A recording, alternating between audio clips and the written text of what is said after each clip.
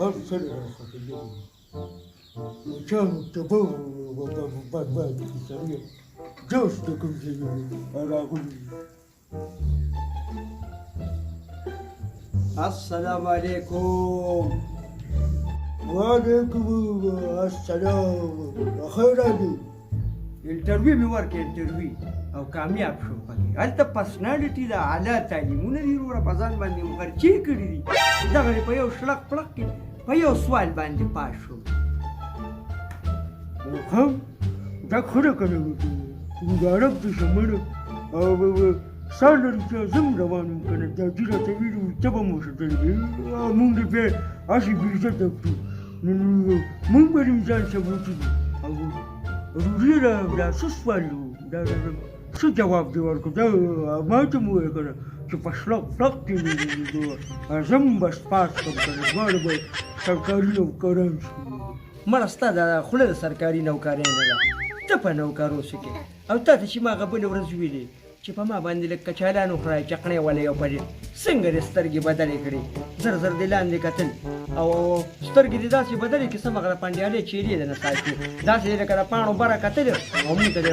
او لیفټ نه راکوو. دا خوارۍ ما په ځان باندې څه لپاره کړي ما چې دا خرچې کړي دا مې ستا لپاره کړي څه دا مانا یاد کنه یاد اول مینیسو وا چې موږ موږ په کچالان باندې دښمني کوي چې ځوړو نو کوي چې خدای مسلمانانو په یو موټر سایکل دا اجو کنه بیا څه سوال مړ دا جواب مې تو وایي ثواب بدی نه د څه جواب وکړي تاسو د جومات استاد یا د سرې مخې ګور کمانډه مې چې دوا به راته وکړي ما دا خوارې ستا لپاره کړي دا دونه منډې تړلې او دا اعلی تعلیمونه دا ما ستا لپاره کړي چې دا دونه غټه خرچه ما ستا لپاره کړې ده چې اوس یې تا ته وویل دا روکې بیا د پرسنالټي ده سر چې زه څنګه صحیح کړم او زما د دې لباس او د دې چال چلن مې اندازه واخیسته ما ته ویې بس خانداني سړی دی مخې سره مې ورته سوال ټیک کړ. مړه خیر کنه چې افغاني کچالانو دونه وره غوښتي والله چې یو پنځه پلیټه خو به د باندې وخورم خو مړه ته وګوره کنه دا جواب راته ووایه کنه مړه هلته کنه نه وروره پالیسي بدله شوه. کچالان مچالان اوس مټه سوه اوس په راته 1 لیټر تیل واچوي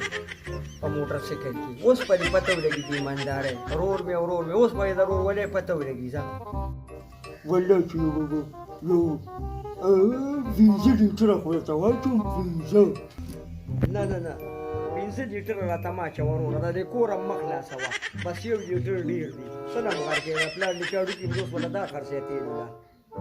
بس ټیک ته ځه خبره اودان شوه ځه اوس چې انټرویو کې د سوال څه جواب ورکړو چې زه یې مخې سره پاس کړم او وایه ځه څه دې ورکړو دا خو داسې کار وشو چې زه څنګه ورمخامخ شوم او بس سر زه صحیح کړم ته ورته بس د جامې نه هم پته ورته ولګېده بس د پرسنالټي نه ورته پته ولګېده چې سړی څونه دی بس ما ته وایي کښېنه که نه بس څه چې څنګه په کورسۍ کښېناستم